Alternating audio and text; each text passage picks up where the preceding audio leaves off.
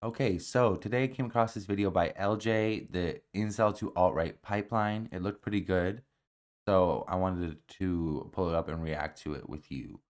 Let me shrink myself for you. There. And let's get started. All right, so recently this month in January 2026, there was a video from Miami Beach's Vendome nightclub that went viral on social media. It showed far right influencers Andrew Tate, Nick Fuentes, Sneako, Myron and Justin Waller dancing and singing a song that they requested to be played in the club. Who is the last one? I have no idea who that is. Wait, let's go back because Social this media. is It like, showed far this right is crazy. influencers Andrew This is crazy. Affirmative action Nazis. Like, it's crazy.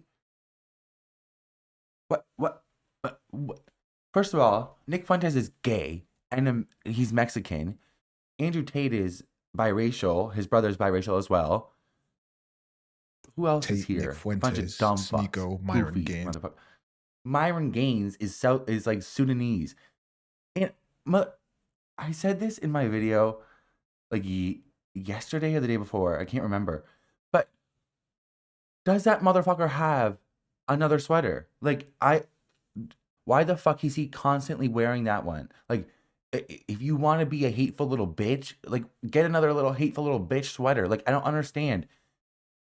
I know that sweater stinks. Like, it's called a sweater. Sweat. I know it stinks. You're dirty. That's gross. Take a shower. All of And you. Justin Ugh. Waller Who is dancing. that? And Sneako is Haitian Filipino.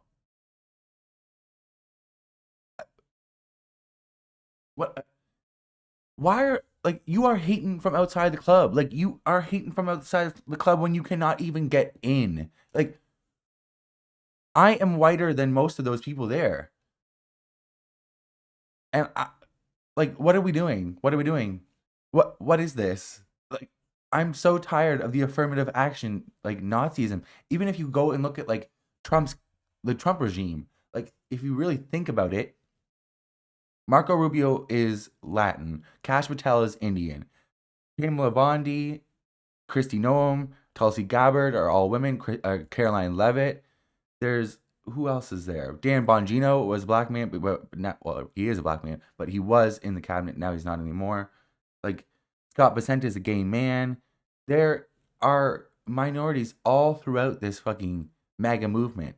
You go no short of fucking like Vivek Ramaswamy and fucking Dinesh D'Souza. It's crazy. Anyways, like, it's just the self hatred and the insidious nature of white supremacy is so fucking insane that it has had such an effect that this is what Nazism looks like today. Like, it's crazy.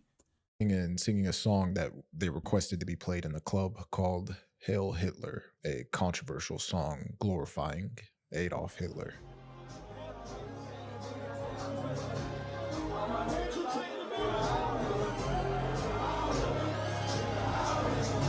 I don't understand how this was able to happen. Like, also, is he smoking in the club? It's Miami. I mean, the answer to most of this could just be it's Miami. But it's just like, okay. You're okay.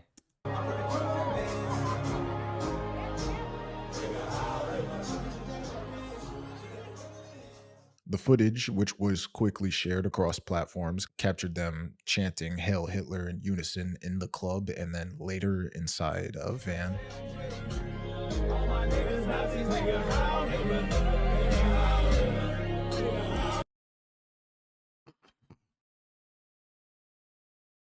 I don't know if I'm a gay man and I just like game recognized game, but like, damn, a whole bunch of fruit bags. Damn. This is like, what is this? The start of like a Fraternity X video. Like, it's so stupid. And why? Like, they're like, most of these people are above, around or above the age of like 30. Clavicular, he's like 19. He's a dipshit and a piece of fucking shit. He's on like meth, but he's 19 years old. He might think this is funny because he's a dumb fuck and he was raised poorly, but Myron Gaines, how old is Myron Gaines? Like, seriously. I'll look it up. BRB. Born in 1990? 1990?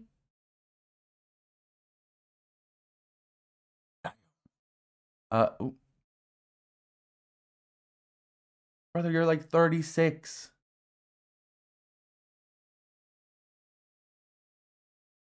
How old is like they're th- fucking Nick Fuentes is like 30. Still hasn't bought a fucking suit that fits. They're all tailor like go to a fucking tailor, Nick. Jesus Christ. A And because fucking Sneako's been going through like 17 different fucking identity crisis. Like I don't understand him. of this, local Is it like I swear to God that man has not been right since he got cucked in front of him, and then well barely not even he some dude fucked his bitch while he was watching. Anyways, and then do you remember that time he crashed out because Charlie fucking called him out, and then he had to dance with that gun? That was funny. officials actually got involved, and Miami Beach Mayor Stephen Myron demanded an investigation, calling the incident sick and deeply disturbing. The nightclub quickly apologized and fired several staff involved in playing the song and pledged to review security protocol. And in the broader public and press, this episode has been treated as another example of online radicalization spilling over into real life, a case where social media personalities were glorifying Nazi imagery. In the days that followed, influencers in the footage also began to waver. Andrew Tate denied any involvement in the chant, apologizing to anybody who was offended, and his brother, Trishan, who was also there, tried to blame Sneako, and Sneako also shot back at them, accusing the Tate brothers of being hypocrites, which just shows how fragile this whole far-right movement is. And in Yeah, contrast, Myron they Gaines looked like they were so distressed. They were so uncomfortable hearing that song. Like these motherfuckers. Also, Andrew Tate recently did a video where he was like, we should bring back the Nazi salute. Wait, yeah, we should like bring back the Nazi salute. I love it." It's like, shut the fuck up, you fucking troglodyte. Like, you motherfucker, you can't even.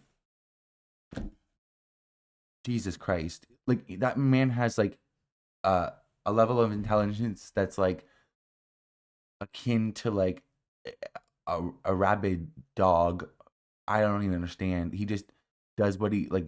It, if you like, one of the main things that controls like or differentiates us, let's say, from wild animals is our able to like our ability to control our impulses, and a large part of that is an ability to control our sexual impulses.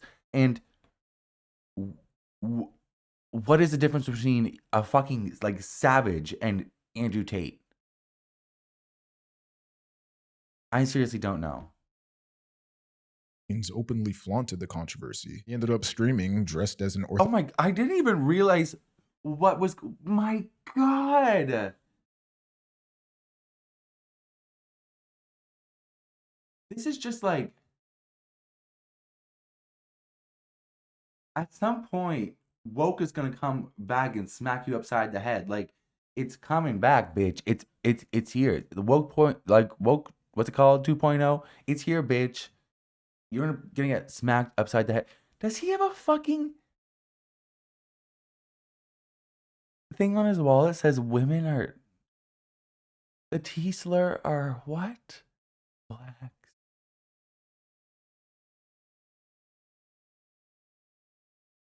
Uh, okay.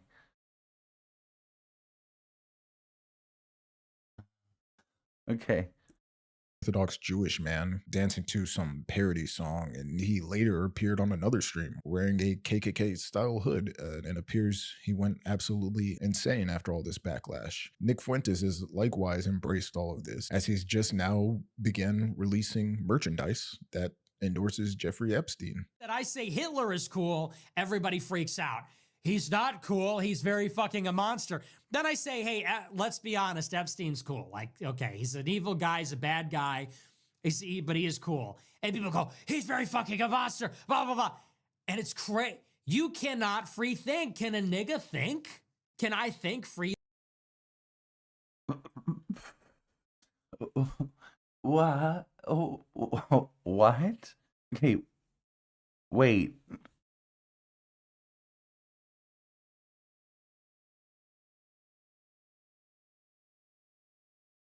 I think I, I think we're done.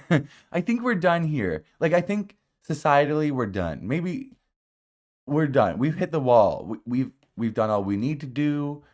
We've seen all we need to see. We're done. Like, humanity's over, party. Like, wipe us all out. Like, damn, wow. Okay. This person, this thing on the screen right now, right there with the ill-fitting suit. Look, not tailored right. Look at his arms. Why? Like, you should. Your suit arms should pull up a little, but they should not pull up that much to where your entire cuff is out. Like, also your shoulder should be hitting your shoulder. Like, anyways, if you're gonna wear a suit, get it fucking tailored, you dumb bitch. Anyways, what is this motherfucker talking about? He is the biggest anti-Semite on the internet, on the internet, and Jeffrey Epstein was in literally like all of the epitome of all the fucking like conspiracy theories that these motherfuckers traffic about Jewish people and elites and like what do you also what makes him cool? What makes him cool? You literally fucking like, okay, you're a virgin. Like, shut up. What part of it did you find cool? You literally don't like having sex with women. Is that because you like having sex with girls? With young children? You like having sex with children? Is that what it is, Nick? I thought it was dudes, cat boys. Like, seriously, like what? Like, and also, if you don't mind your fucking mouth before I wash it out with soap, what are you talking about? Can a who think? Can a what? Who? What? Huh? The only thing that you can say is faggot, because that's what you are. Freely? Can I speak freely? And not only is he become No! effectively selling Jeffrey Like, and Epstein, you're not speaking freely. You're just being a stupid little bitch. Like, what? You want to support Epstein? Like, when will, like, how long are you just gonna ride this like I'm so edgy train? Like, you're like almost 30, dude. Like, get a fucking life. Hello?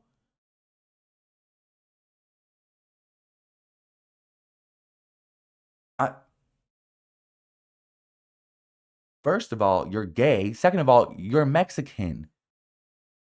Hitler would have killed you. You're a huge anti-Semite. You hate Israel. Jeffrey Epstein was an agent for Israel. Like, you have like little to no conviction except for being a insufferable little twat. That is what you are. Like, you fucking mainstreamed your oppositional defiance disorder. Like, shut the fuck up, you fucking little bitch. What the fuck is wrong with you? Like, seek therapy. Take some meds, you fucking little faggot. The fuck? Epstein inspired apparel, but also has gone on to condone his actions in some way. And listen, you niggas are not ready for that conversation, but Jeff Epstein, not a pedophile, but you're not ready for that conversation. All of his victims, 14 to 17, that's not pedophilia. But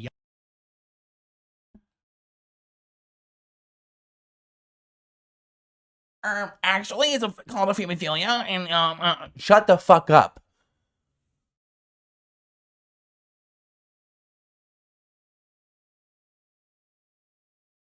Your mother should have aborted you in the womb. Bring back Roe v. Wade. We need it back. We need it back now. Bring it back. What the fuck? Hello?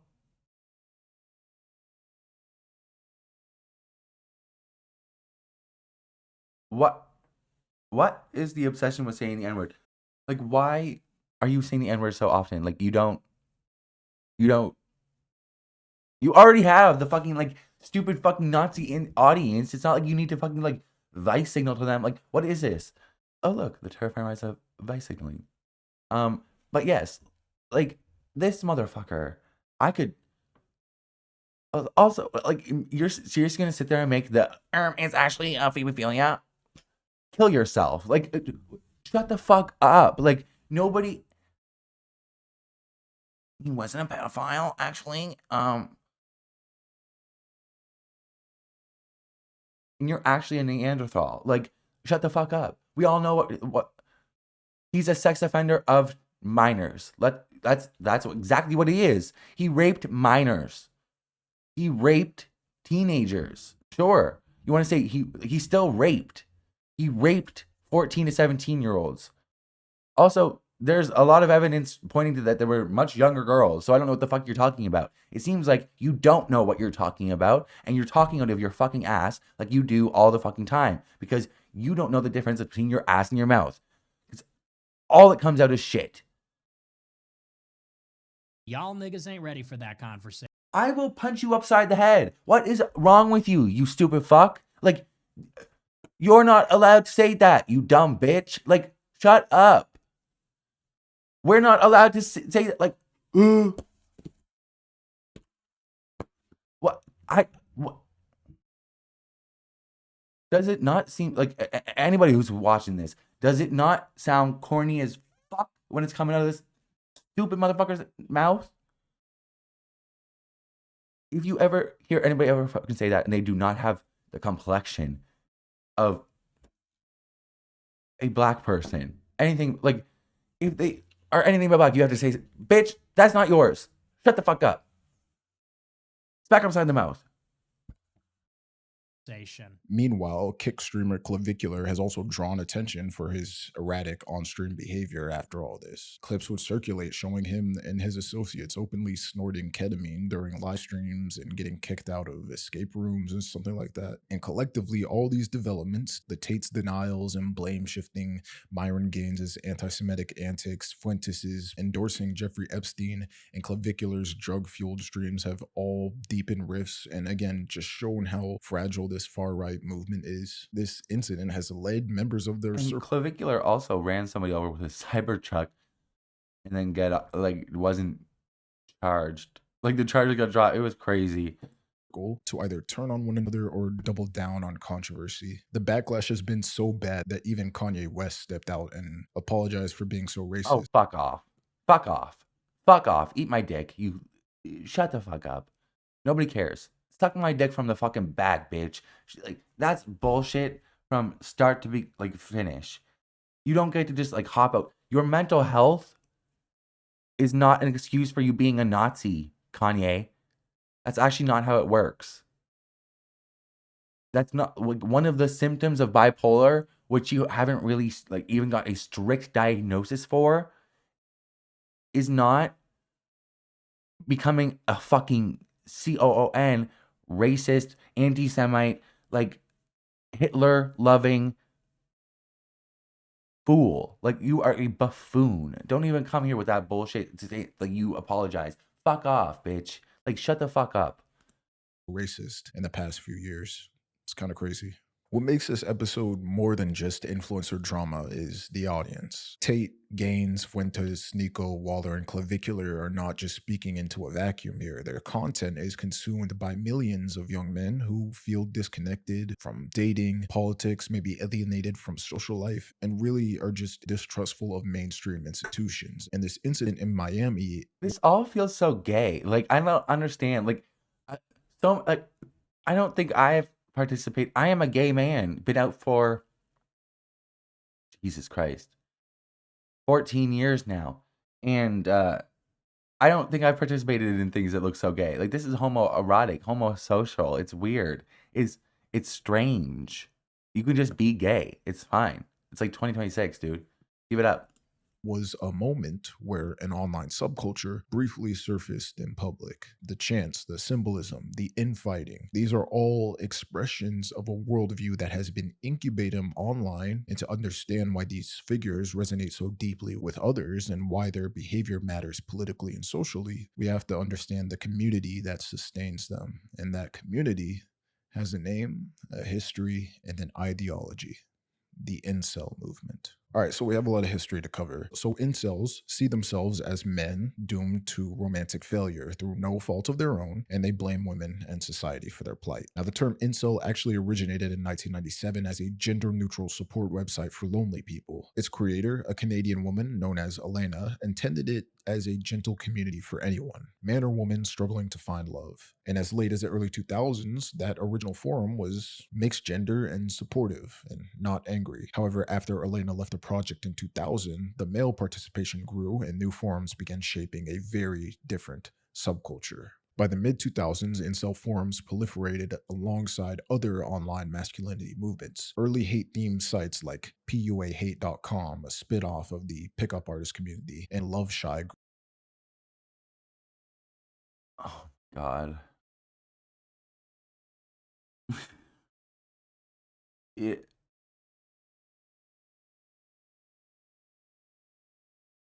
sorry, it just had to, it brought me back. When I was a kid, like young kid, there was this whole thing on, like, that was supposed to be popular, and it was the pickup artist community type thing. And it was like this a bunch of dudes, cornballs, trying to like pick up women, and then they would try and teach other men on how to pick up women. I remember a lot of fedoras. They were cornball. Like, it. I implore you to look it up. Groups became havens for young men venting frustration over dating failures. From there, incel members migrated into broader networks like 4chan, Reddit, and dedicated forums like incel.co or Forever Alone, etc., where an echo chamber effect would begin to take hold. These forums would adopt more extreme content and ideas, and by this time, many moderators would openly praise mass murderers and even encouraged violent action against women. Self-identified incels in these communities would routinely idolize violent attackers as martyrs in their perceived war against a society that denies them sex, love, or status. And two of the most frequently idolized figures are Elliot Ross.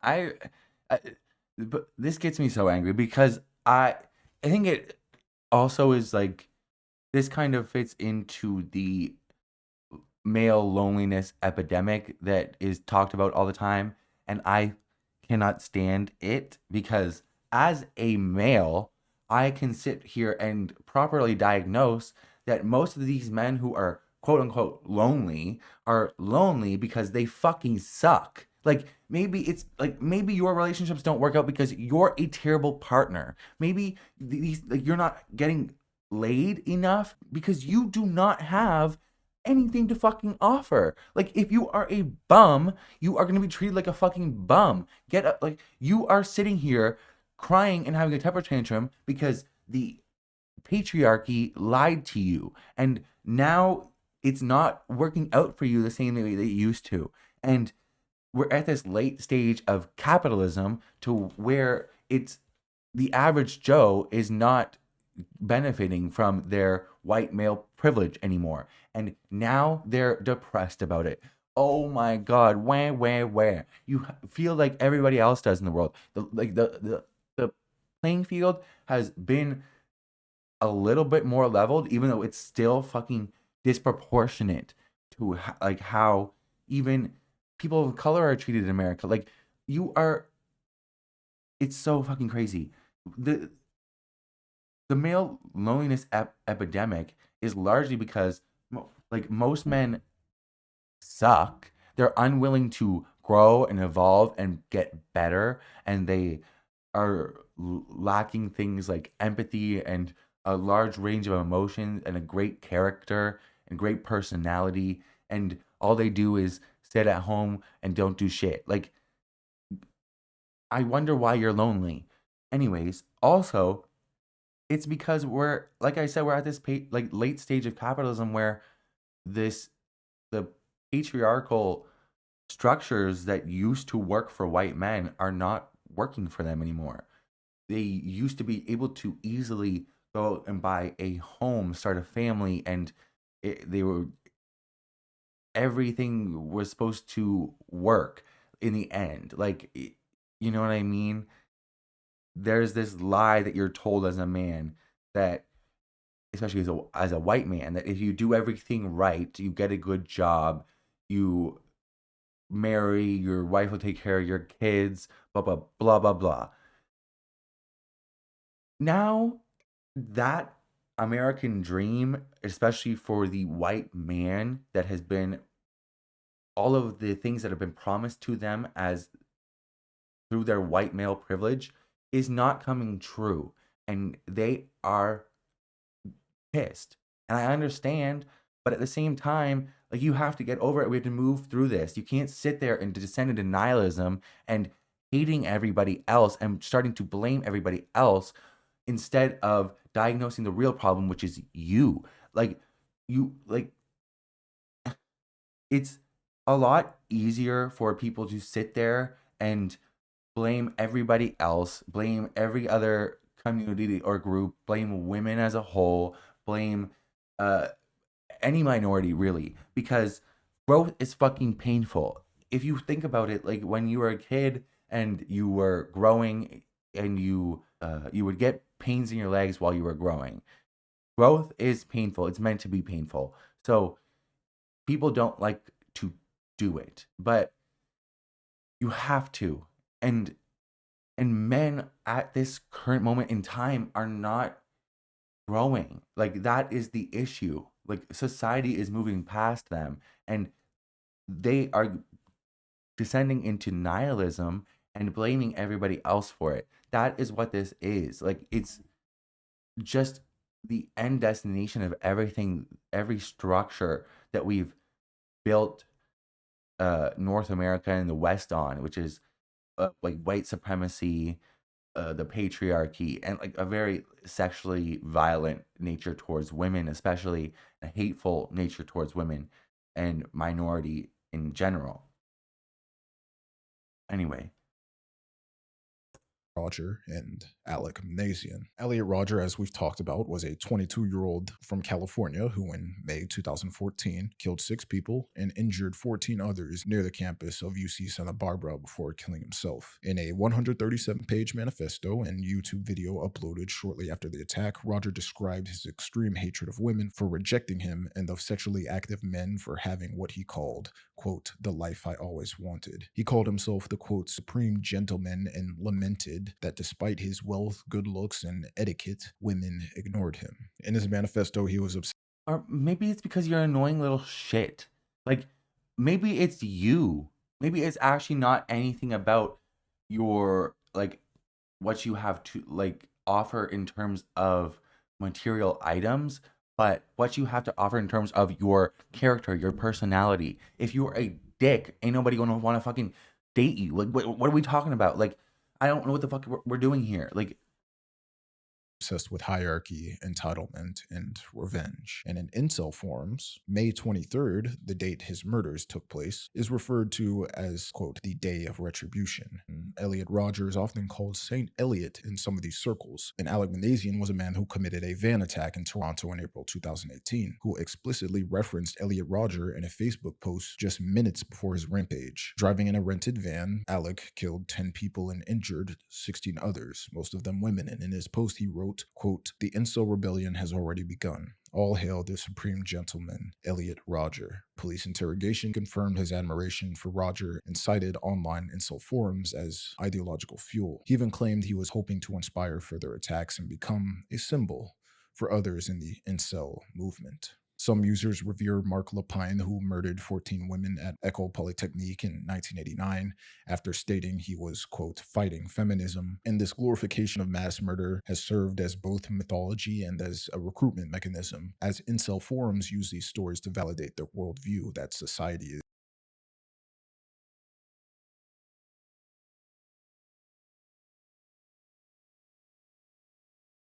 Sorry, it's just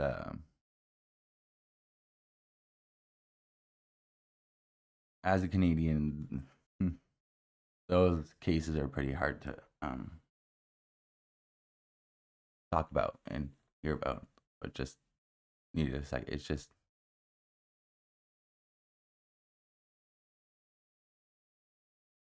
Is so broken and women are so irredeemably cruel that violence is heroic. Now, by 2017, the problem could no longer be ignored. The Reddit community, r/incels, was banned for its calls to incite violence against women. But the ban only scattered members to other venues. And today, incel ideology is a patchwork of despair and entitlement, as adherents believe that society is a rigid genetic hierarchy based on looks and wealth. In their worldview, a tiny fraction of men, which they call Chads, and women, which they call Stacys, to the top of this pyramid, attracting all the sexual attention, and the rest of society falls into a middle layer of normies, oblivious to anything, while incels themselves occupy the bottom rung and are doomed by biology. This is often summarized in pop culture terms, like taking the red pill, which means awakening to these harsh supposed truths, or taking the black pill, which is the belief that if, quote, you aren't born a Chad, then you can never escape rejection. Now, over time, the manosphere, a broader network of men's communities, has expanded to also include incels, and it encompasses pickup artist gurus, self-styled men's rights activists, and men going their own way, or neo-traditionalists. All right, so let's get one thing straight. You're going to hear the word manosphere a lot. men's rights activists.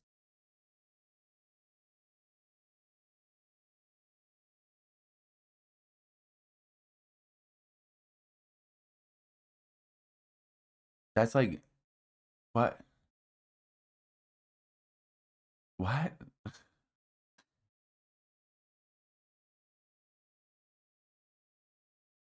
No. No. That's not you that's called an oxymoron, boys and girls and others.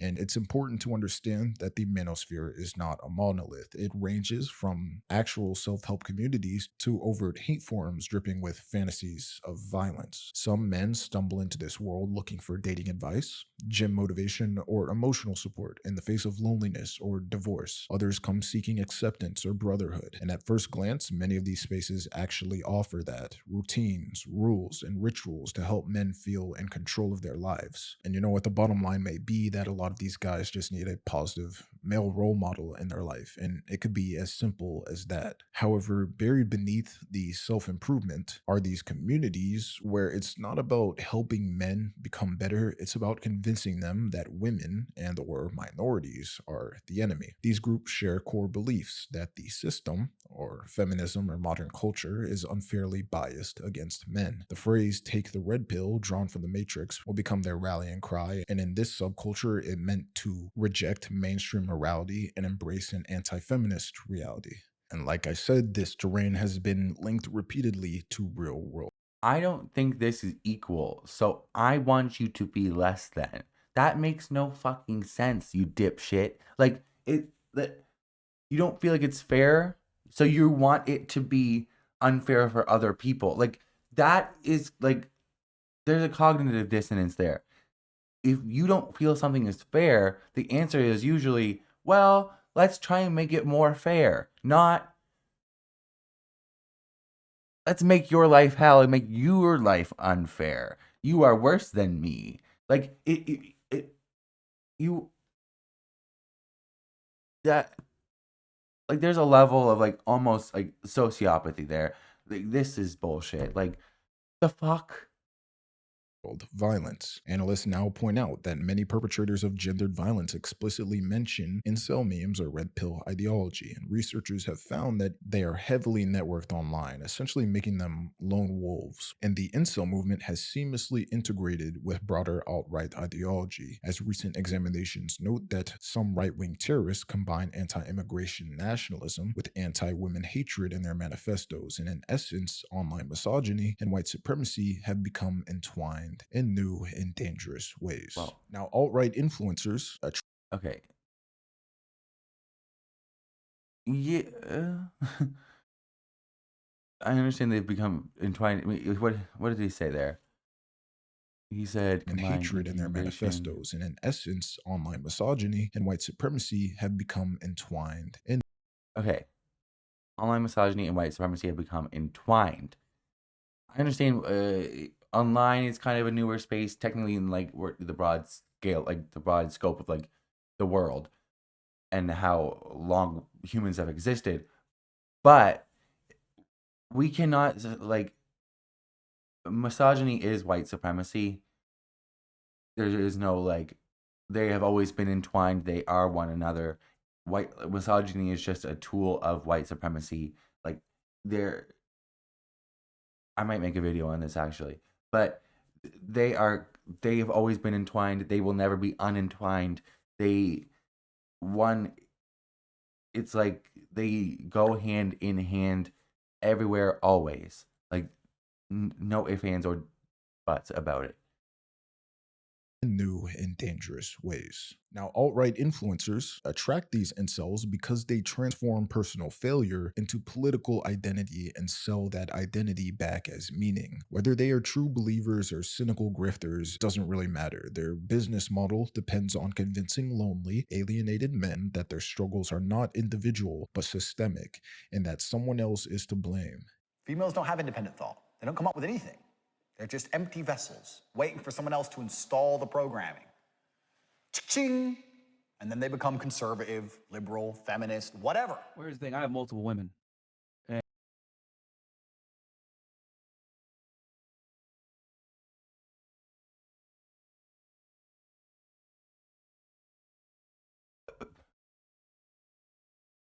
Like what? The crazy part is that he's like, well, one, it's extremely like misogynistic. Obviously, it's like disgusting. He's a pig, but also he's describing like the type of audience that falls into this alt-right manosphere incel space online. Like, you know what I mean? Like, they were pretty much an empty vessel till they found you and downloaded all this fucking stupid arbitrary information, especially like the looks maxers and all this fucking like PSL and like this is bullshit, arbitrary bullshit, like made up. You're just a fucking weirdo, and like all these women, at this point in time, like let's have some respect, ladies. Come on, we need it. We need to pick it up. Don't subject yourself to this, please. Like, come on. And the thing is that the reason why I have multiple women is because I have a certain type of mindset where I don't tolerate fuckery from women, and they accept that and they respect it and they get in line. That's just how it is. There's no negotiation with girls. I think about getting married, and then I think about women are so ridiculous. Well, you're gay. You would get married to a man. The idea of entertaining a woman, it just sounds like a fate worse than death, honestly. Incels are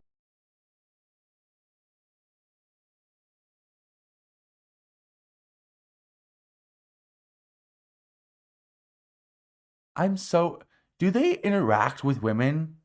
Like, seriously, like, somebody, like, most of my friends throughout my life have been women. I seriously don't understand. Like, women are far funnier than men. Like, it's just so, like,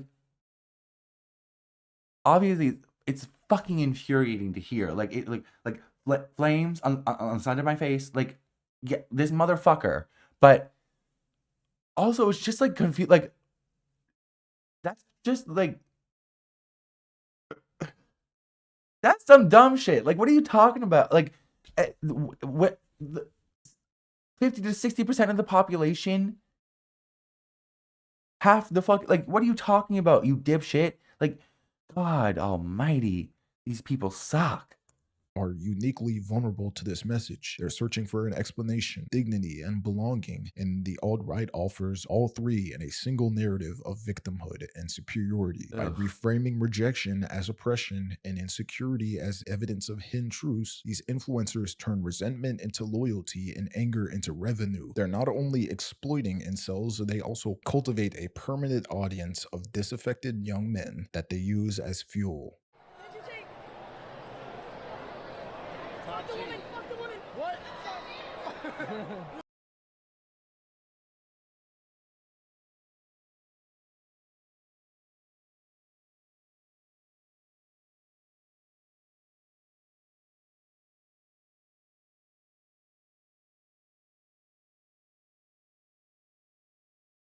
Obviously, it's extremely disheartening to see a kid there.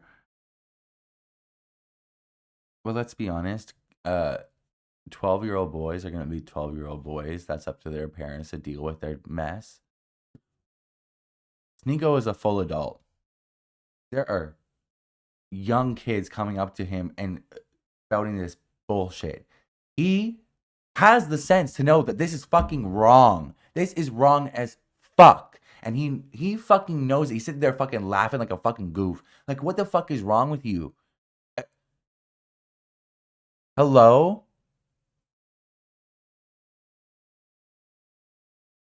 Like, if you hate women that much, date a man. Sneako, go get fucked. Go get your fucking asshole turned out, bitch. What are we doing? If you love Andrew Tate so much, why don't you go sit on that? Just go sit on that top GD. The fuck? No, wait.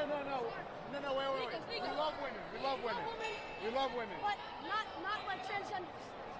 Yes, sir. We love everybody. No. All gays Yeah, should fuck die. yeah, Mark, preach. Well, what the fuck do you expect, dipshit? This is the fucking content that you fucking put out. Like, this, like, did you not think that only 12-year-olds were watching your shit, dude? Do you think anybody with, like, a developed brain wants to watch your, like, nonsense? You're not even, like...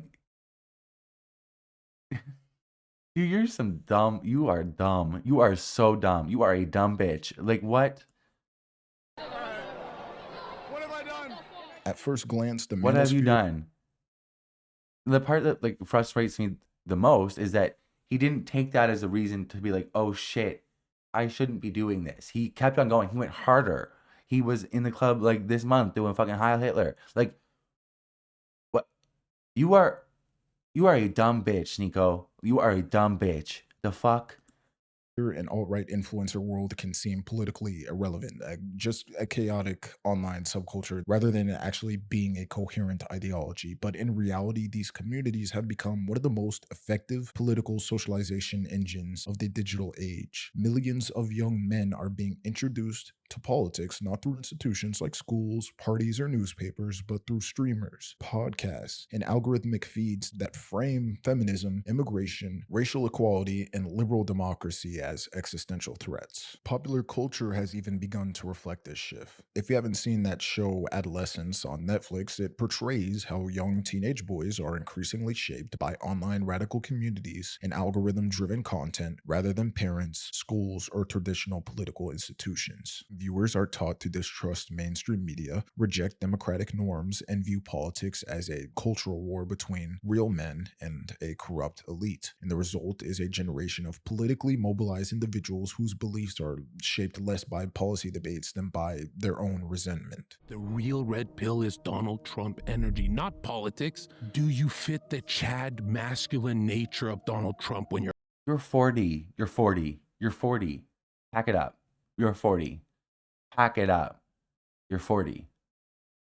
at the nightclub when you're out in the world, or do you have building to do? This has its tangible effects. Far-right rhetoric migrates from fringe forums into mainstream political discourse, influencers shaping voting attitudes among young male demographics, and extremist narratives become normalized within conservative movements. What begins as edgy content gradually becomes ideological infrastructure, and this infrastructure has already translated into Okay. real-world violence beyond the most famous incel cases that we talked about. In 2014, Fraser Miller, a white supremacist, murdered 3 people at Jewish institutions in Kansas, driven by anti-Semitic conspiracy theories that overlap heavily with modern manosphere and alt-right discourse. In 2019, Tobias Rathjen carried out a racist and misogynistic mass shooting in Hanau, Germany, after posting manifesto-style writings obsessed with demographic replacement and gendered resentment. In 2022, Tate Gendron in Buffalo, New York, committed a racially motivated mass shooting after consuming extremist content and conspiracy theories online, citing far-right ideology shaped by internet communities like the Great Replacement Theory. In 2021, the Plymouth shooting in the UK was carried out by Jake Davison,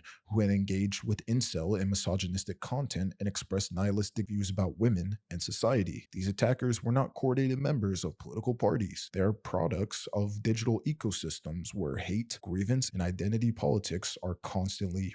What's like, the craziest thing to me is like it's not for this like community, it's not like try and improve yourself and be nice to women or descending into nihilism and like just hate women. It is like you have to hate women on either way. Like you are improving yourself by smashing your face with a fucking hammer with, and then you are and then you're on top of that you are also hating women. Like it's you the whole like it.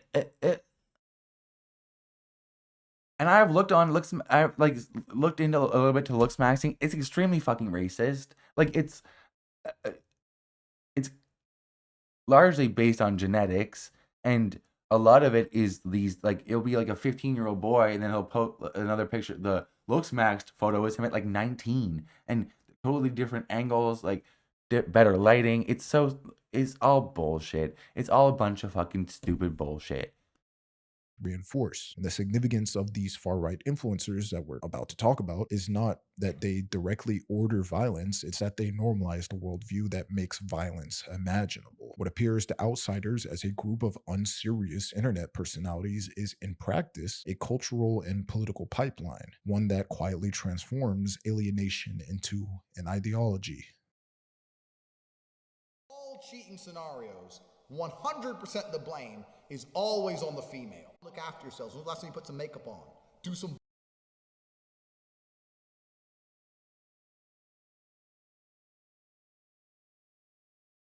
It's just like the most like caveman brained idea of like, oh, it must be you, it must be women, like women did it. Like the first, like just the easiest, stupidest, like dumbest thing you could possibly think is the reason that you want to use your brain as less, like as the least you can, as less as possible. Like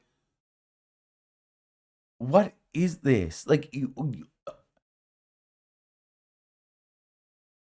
are a caveman. Like I seriously don't have any. You are a savage. Like, and I don't mean in like the cool. Like you're a like. No, you are a savage person. Like burpees. You got fucking gut. Sort yourself out so you can end that confusion bullshit. While we're on subject of cheating, if your man does cheat, the most stupid thing you can do is leave him. All right, so the first person we have to talk about.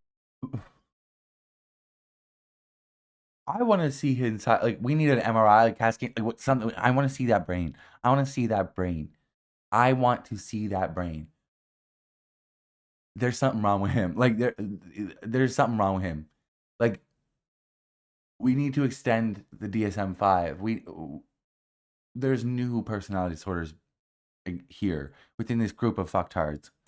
about is Andrew Tate. And Andrew Tate is a former kickboxer turned social media entrepreneur. He has become one of the most influential figures in the modern manosphere. He first gained his mainstream visibility on Big Brother UK in 2016, but was removed from the show after footage surfaced of him that appeared to show him physically abusing a woman, which is an allegation he has, of course, denied. And over the following years, Andrew Tate would build a massive online following by positioning himself as a hyper-masculine hustle icon. He would blend motivational rhetoric with misogynistic commentary and conspicuous displays of his apparent wealth. His rise was accelerated by social media platforms, but so were his bans, as he was permanently removed from Twitter in 2017 for violating rules on hateful conduct, and in 2022 he was banned from TikTok, Instagram, Facebook, and YouTube for content promoting misogyny and violence. However, after Elon Musk acquired Twitter, Andrew Tate's account was reinstated, and with mainstream platforms restricting him, Tate would pivot to alternative networks such as Rumble, Kick, Telegram. Was that Kreischer guy and his wife? That's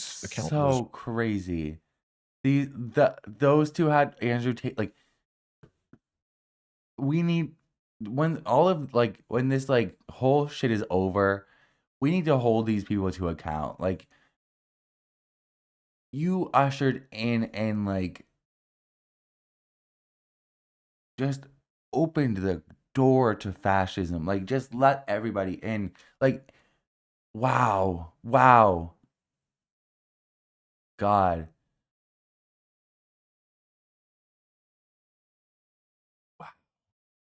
Reinstated, and with mainstream platforms restricting him, Tate would pivot to alternative networks such as Rumble, Kick, Telegram, and True Social, maintaining a large digital footprint. Oh, Kick and Telegram, where everybody goes, where every innocent person goes to fucking stream. And Telegram especially is like, of course, the sex trafficker is using Telegram. Also, like, if I had a dime for every time that there was a pedophile app called Kick, I would have 2 dimes, which isn't a lot, but it's really weird. It's really fucking weird that it's happened twice. Okay? Despite the platforming, people like Andrew Tate's ability to migrate across platforms while preserving his audience illustrates how modern extremist adjacent influencers can survive and even thrive despite coordinated moderation. He presents himself as proof that modern men can reclaim power through discipline, dominance, and wealth, while simultaneously portraying feminism and progressive social norms as existential threats to masculinity. Through subscription-based communities like Hustlers University and The Real World, Tate monetized. You see that fucking hairline? That was crazy. Let's go back. And progressive social norms as existential threats to masculinity. Through subscription. Look how fucking tiny Aiden Ross looks, by the way. You look like a little bit. Is that when he sniffed the chair? Oh, God. I hate Aiden Ross. He is like the most disgusting piece of shit on earth. In a video of the worst people on the internet, I still think Aiden Ross might be the worst. Like, I hate him. Based communities like Hustlers University. Ooh, that's what I was going back for. Oh, wow. Did you see that hairline? The left part of it? Ooh. The Real World, Tate monetizes this worldview by selling, quote, alpha male mentorship, which has been described as just a pyramid scheme that has since attracted hundreds of thousands of members and generated millions of dollars per month at their peak. And from the outside perspective, you might be thinking to yourself, why would somebody buy this? It may seem unbelievable that men would pay for this, but the demand is actually real. Beyond Andrew Tate, there is an entire industry of expensive masculinity boot camps, dating coaches, and self-proclaimed alpha mentors that have emerged in this economy, with some programs charging thousands of dollars for promises of confidence, wealth, and sexual success that are often exaggerated.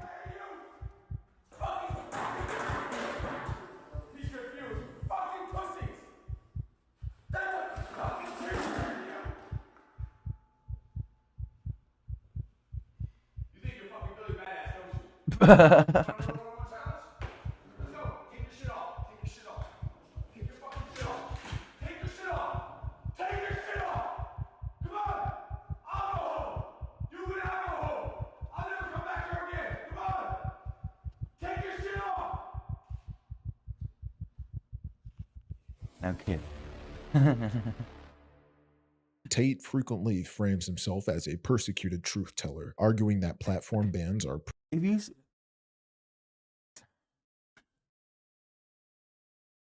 is the worst people on the internet in this video. Ew.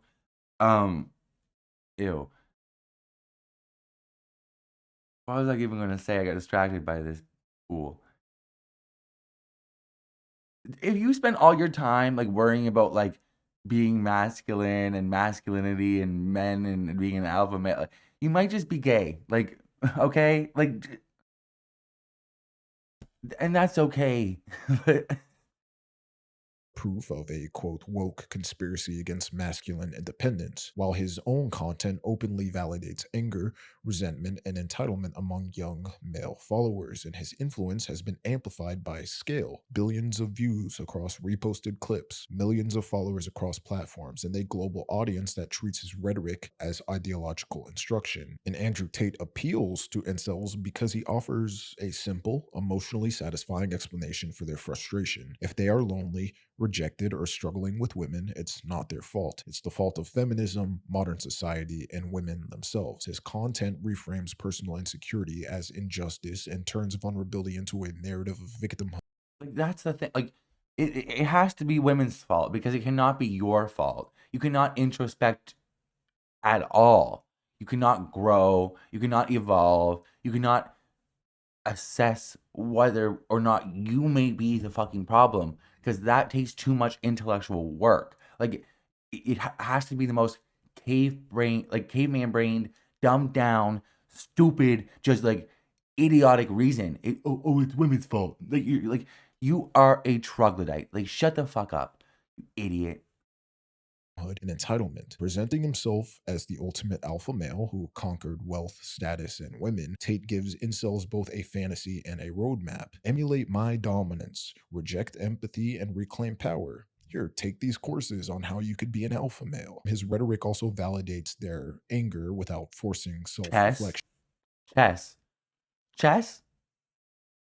Andrew Tate knows chess. What? Okay. For many incels, he's proof that their resentment is justified and that their desire for control over women is not only normal, but what was that, 1,100 pounds? Like, damn, what the fuck are we doing? Like, completely necessary. What is like your goal? Like, what is the message that you're trying to send to men, young men? To young men? Yeah. To get women back in the kitchen. Get women back in the kitchen? Yeah, to get women back in the kitchen, yeah. To have guys have the balls to finally stand up to women and say, you need to go back to the fucking kitchen. All right. Let's talk about Myron Gaines. And Myron Gaines is the co-host of the Fresh and Fit podcast that was launched in 2020 as a hybrid of dating advice, financial motivation, and manosphere ideology. The show claims to teach young men to improve their lives, but its content has consistently crossed into overt misogyny. Myron Gaines and his co-host, Walter Weeks, routinely mock women's appearances, dismiss feminism as a societal threat, and frame modern dating as a zero-sum conflict between men and women. Gaines himself has argued that men should never treat women as equals, and has even promoted a worldview in which dominance is equated with masculinity. Oh yeah, I'll just leave, bro. Just get all the girls out here. Go, come on. Fucking hurting brain cells. All right, go, come on. Yo. Fuck all this shit. Being masculine is being above all this fucking nonsense. Like, what the fuck? Like, I don't give a fuck about all this bullshit. Like, it don't fucking matter. Like, what are we doing? Like, you are a bitch. Like, what are we? You're delusional at that. Also, like, it's weird. Like, and you think you're all this great. You look a mess. You're wearing a hoodie, and I'm wearing a hoodie, but I'm at home. Like, and I'm not throwing haymakers at people for no fucking reason. You're sitting there being bigoted and hateful, criticizing women's appearances and shit. You're wearing slides and socks, some joggers, and another fucking hoodie. Like, and like, you ain't a prize at all. Don't look like one. Oh, pull up the Trump interview with Gavin Newsom and shit. We're gonna do some political commentary. Fuck this shit, man. I don't want to talk to these girls. Fucking incredible. All right. These fucking retards out of here. At this point, no girls. We just Yeah, talk bro. the shit. Oh man, like yo, this shit. It's better that way, bro. Like, You got these fucking sluts with hundreds What were they able to actually like go back and forth with them, and he didn't like it? Did you get your fifis hurt? of bodies coming in here talking shit, man. Yeah. Myron Gaines's ideological framing was even formalized in his book, Why Women Deserve Less, which crystallizes his belief that romantic relationships are inherently transactional and adversarial. However, as Fresh and Fit grew, so did its conflicts with major platforms and critics. The podcast was actually temporarily banned by YouTube in 2022 and fully demonetized in 2023 for repeated violations of hate speech and harassment policies, forcing Myron Gaines to migrate content to alternative platforms. And now he goes onto college campuses, attempting to grift and spark outrage. And this defines Myron Gaines' public persona. He markets himself as a mentor, empowering men to reclaim confidence and autonomy, while simultaneously normalizing contempt for women and flirting with far-right ideology, or even just embracing it wholly. His show's content shifted from dating advice to explicit political alignment, featuring appearances by Andrew Tate and Nick Fuentes, and adopting red pill language that casts feminism, multiculturalism, and liberalism as existential threats. His influence extends beyond entertainment into ideology and commerce, as he sells courses, merchandise, and paid communities that monetize resentment as a product, where personal insecurity is again reframed as political grievance and sold back to audiences as a blueprint for masculine identity. Myron Gaines appeals to incels because he transforms their personal frustrations into a shared ideology and gives their resentment intellectual justification. Instead of telling lonely or rejected men to reflect on themselves, he tells them that the system is rigged, women are manipulative, feminism is the enemy, and modern dating is a scam designed to exploit men. His podcast offers incels something that they crave: validation without any accountability. Like Andrew Tate, incels see Myron Gaines as a teacher who tells them that their anger is rational, their loneliness is political, and their desire for control over women is not a flaw. That is a dumb bitch. He is not a teacher. He's not a mentor. That is a dumb bitch. That is what Myron Gaines is. A dumb bitch. You know, women can really be two things. Women can be, well, let's say three. Women can be mothers, they can be prostitutes, or they can be nuns. That's really it. That's really all you got. But a woman's primary role is to have kids. That's it. People say, and you're an imp. Like, what? You are a disgusting little virgin. Like, what is wrong with you?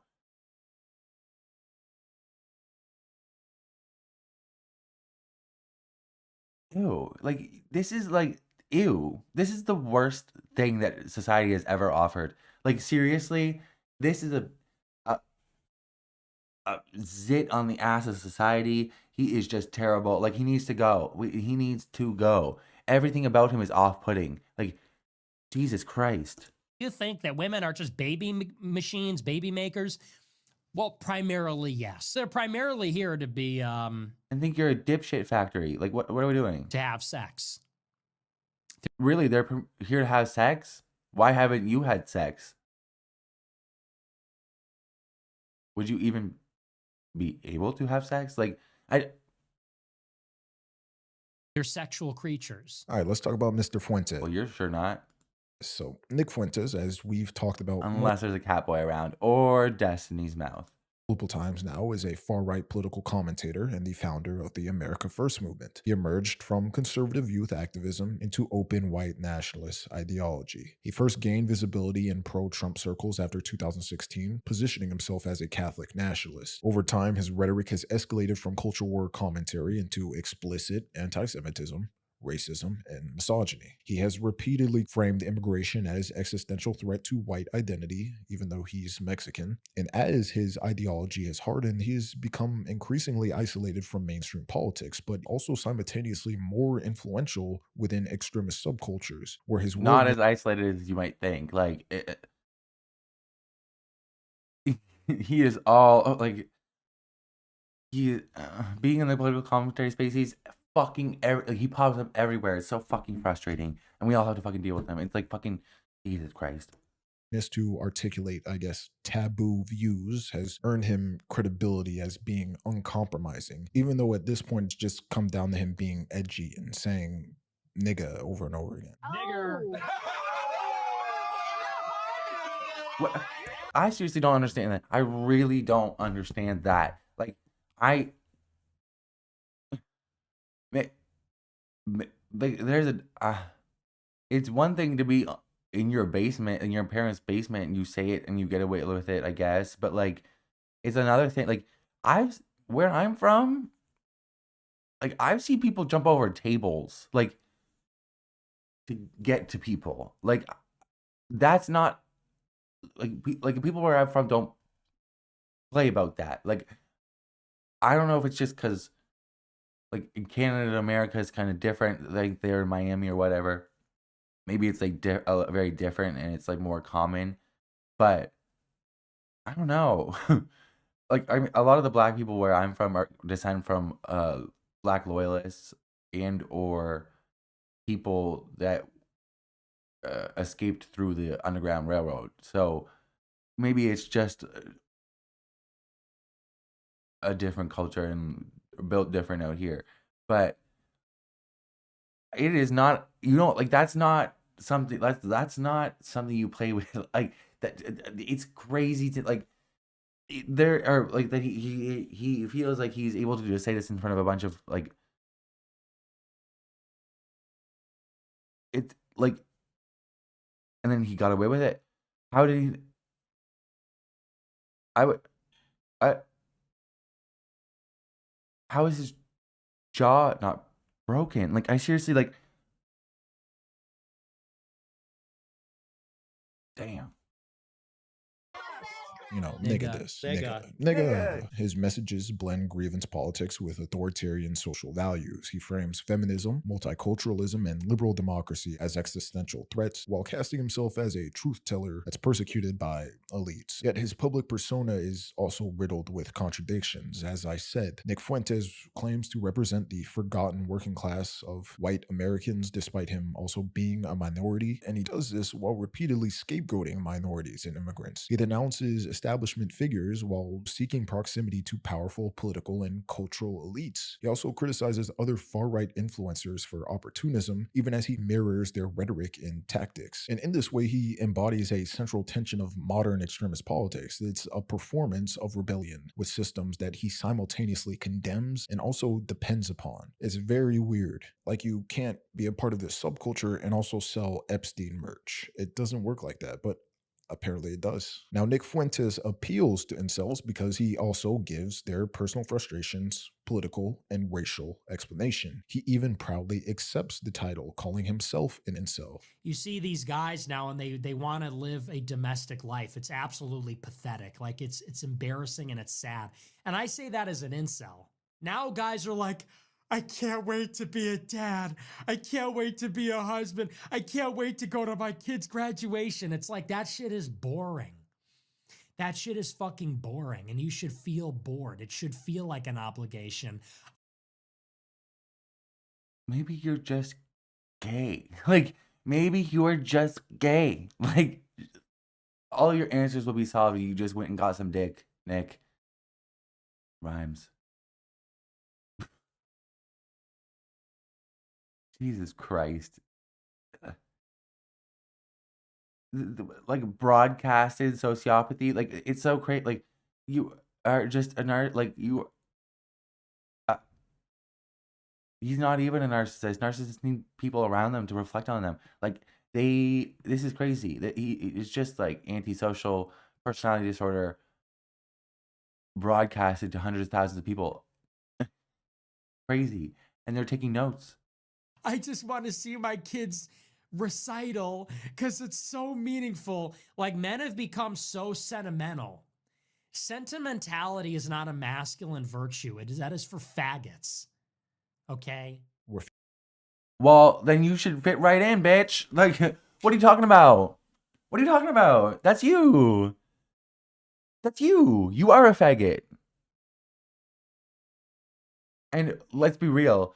You're not getting married, not having kids, and feeling like those things are boring.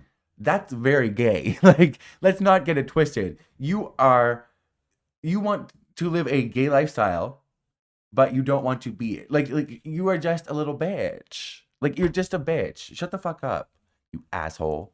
Figures like Andrew Tate and Myron Gaines frame loneliness as a gender conflict. Nick Fuentes reframes it as a civilizational crisis. He tells young men that they are not failing individually, but they're being replaced. They're being stripped of power by feminism, multiculturalism, and liberal society. His ideology turns romantic rejection and social alienation into proof that the modern world is corrupt and hostile towards, quote, traditional masculinity. For incels searching for meaning, Nick Fuentes offers something seductive, a grand narrative in which their resentment becomes part of this larger cultural war. And it's He almost offered Destiny something seductive.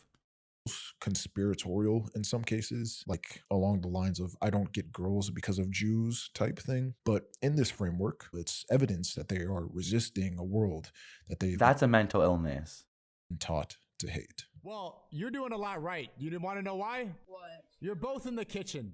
Off to a great start. What are you cooking? Absolutely nothing. Now, Sneako is a YouTuber and live streamer whose career shows a intense gradual shift from self-improvement content to extremist political messaging. He began on YouTube with street interviews, lifestyle commentary, and motivational videos aimed at young audiences. I mentioned it before.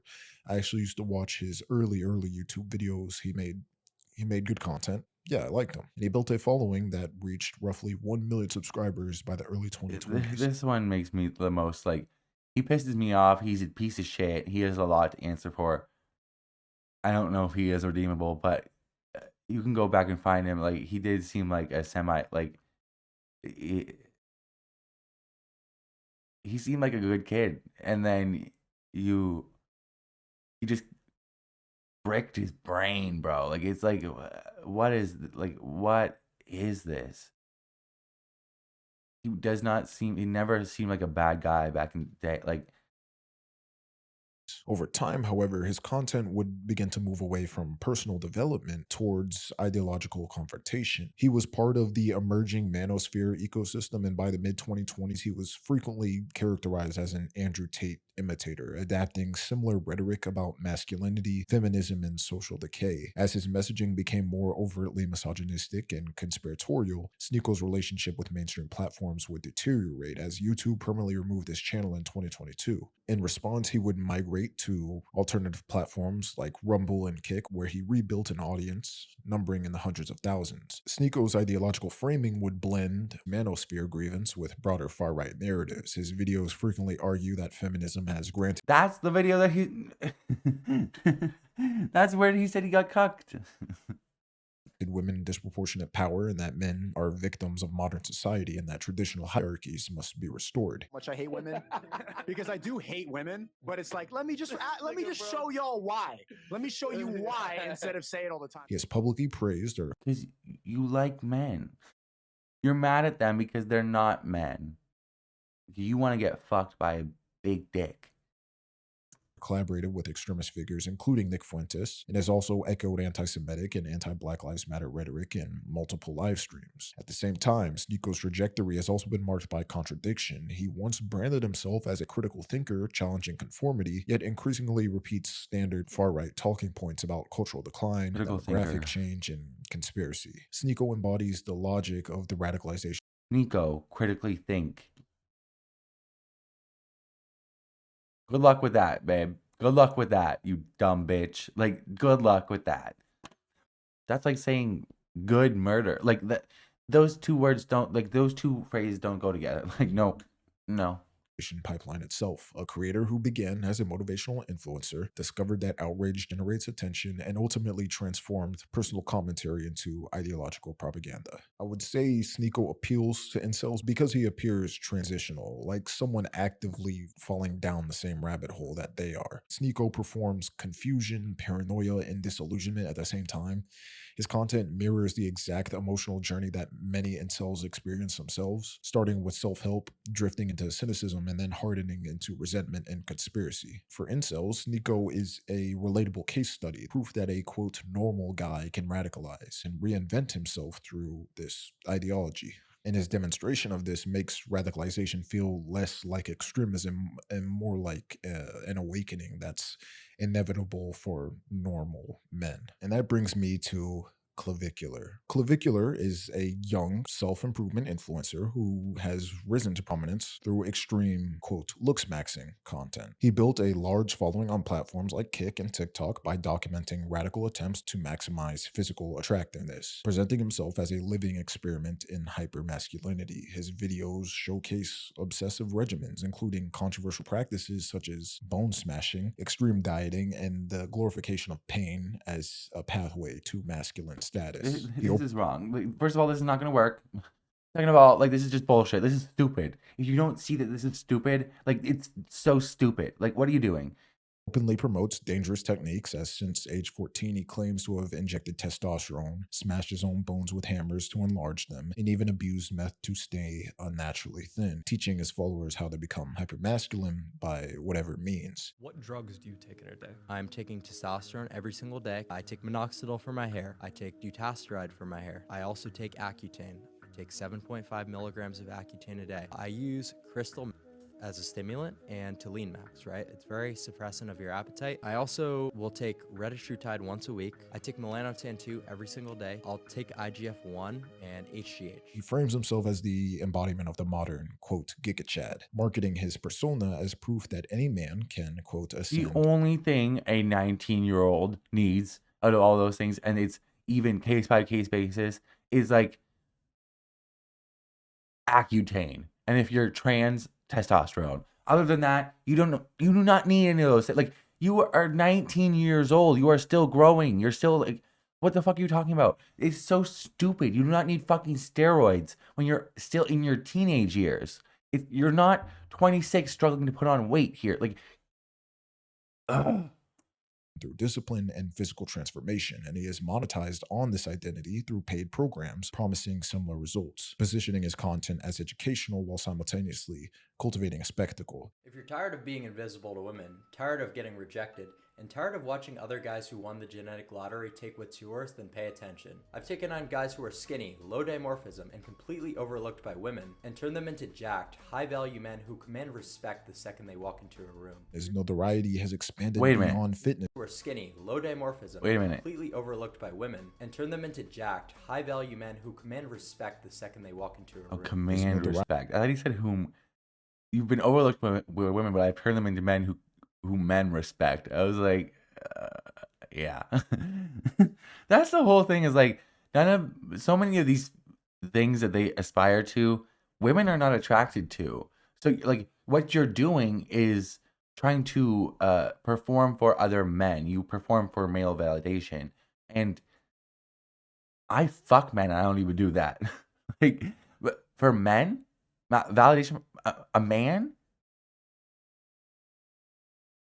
No. The fuck? Like, variety has expanded beyond fitness circles after viral incidents, including a live stream altercation involving him running over somebody. His messaging. That man was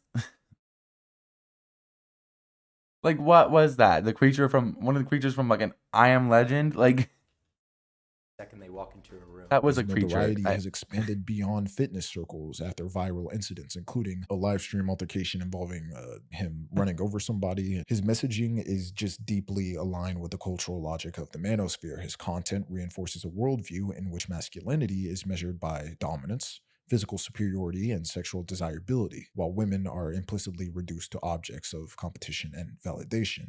While presenting himself as a guide to self-mastery and personal growth, he simultaneously normalizes destructive behaviors and commodifies his insecurity through paid content that's targeted towards vulnerable young. Looks like the bully from like a junior high movie, like Mr. Electric, you must give him attention now. It's like, it's so. He just looks like the bully from a kids movie. Audiences. He turns despair into something measurable. Unlike ideological figures who offer political explanations or motivational gurus who promise wealth, he offers something more concrete. I bet you any money those two oh no, they probably didn't fuck. They're both bottoms. Loneliness is a technical problem that can be engineered away through physical transformation. This content speaks to incels who feel trapped by genetics and appearance, giving them a brutal logic. The solution is not empathy or social change, but self-modification at any cost. And it also lets incels within his audience live vicariously through him in these streams. Certain comments made about clavicular whenever he has interactions with women is very telling. You can tell that some people just live through him in his streams, and it's sad. At the bottom line, beyond these individual influencers, there's a much larger structure here. The manosphere is a fully developed subculture with its own language. However, it was mainstream platforms that have ultimately scaled all this. Algorithm-driven feeds on YouTube, TikTok, and other sites that have repeatedly been shown to guide users from seemingly harmless content like fitness videos and dating advice and motivational clips towards increasingly extreme material. What begins as curiosity often becomes immersion. Influencers have learned to exploit this dynamic, packaging ideology as self-help and grievance as entrepreneurship. Figures like Andrew Tate pioneered a business model in which masculinity became a commodity. Followers are recruited into paid courses. I mean, a business model. It's like pyramid scheme. Like it's like an MLM, but you get nothing. Like you don't even get your shitty leggings that you get with like LuLaRoe or like whatever they are. You know, like you don't even get your Scentsy wax melt. Like you just get body dysmorphia and like hatred for yourself. I don't. Private chat groups and digital communities that is not mentorship. It's more so indoctrination. In this system, young men are promised wealth, confidence, and sexual success. But the war room, like that's so gay. Like what the war room? Like you're just talking about masculinity. Like, can we be serious? Can we just be normal? Like, why can't we just be normal people? Like, why? Like.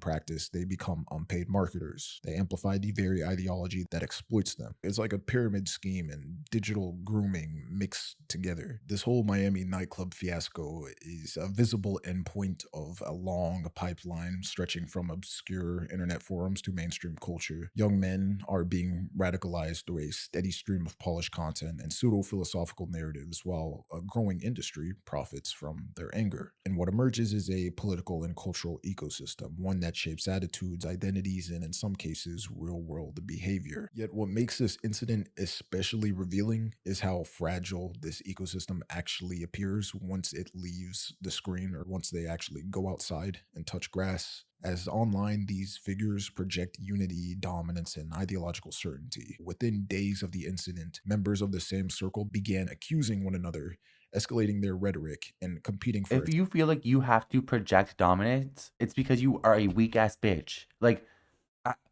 no, people who are actually like strong and like alpha males do not feel like they need to like go like project it around everybody and be dominant over everybody because they are secure in themselves. You are insecure, weak little bitch, and that's why you feel like you need to project it at all times. Like you're just a bitch. That's it. Attention through increasingly extreme behavior, even though on video they're all very much enjoying and reveling in the moment. And this event also exposes a deeper truth of the manosphere's cohesion being rife with largely performative creators, sustained by algorithms and audiences rather than a genuine ideological discipline. And what makes this unraveling even more sad is that these influencers could be fractured and they could just pivot and reinvent themselves with relative ease. But young men who have built their identities around these figures cannot do that, creating a generation of followers being emotionally and ideologically shaped by people who can afford to walk away from all the chaos they create or just profit off of it. It is just funny to see all of this unravel. Like, you would think, based on the personas all these guys have been showing for the past few years, you would think they would all stand on, you know, the Hail Hitler shit. I mean, they were singing it, but whatever. And yeah, I think things are going to get better, especially for younger folks. Manosphere is not. They lack conviction. Right? Oh, sorry. They lack conviction. That's the main like through line here is like they don't have any conviction.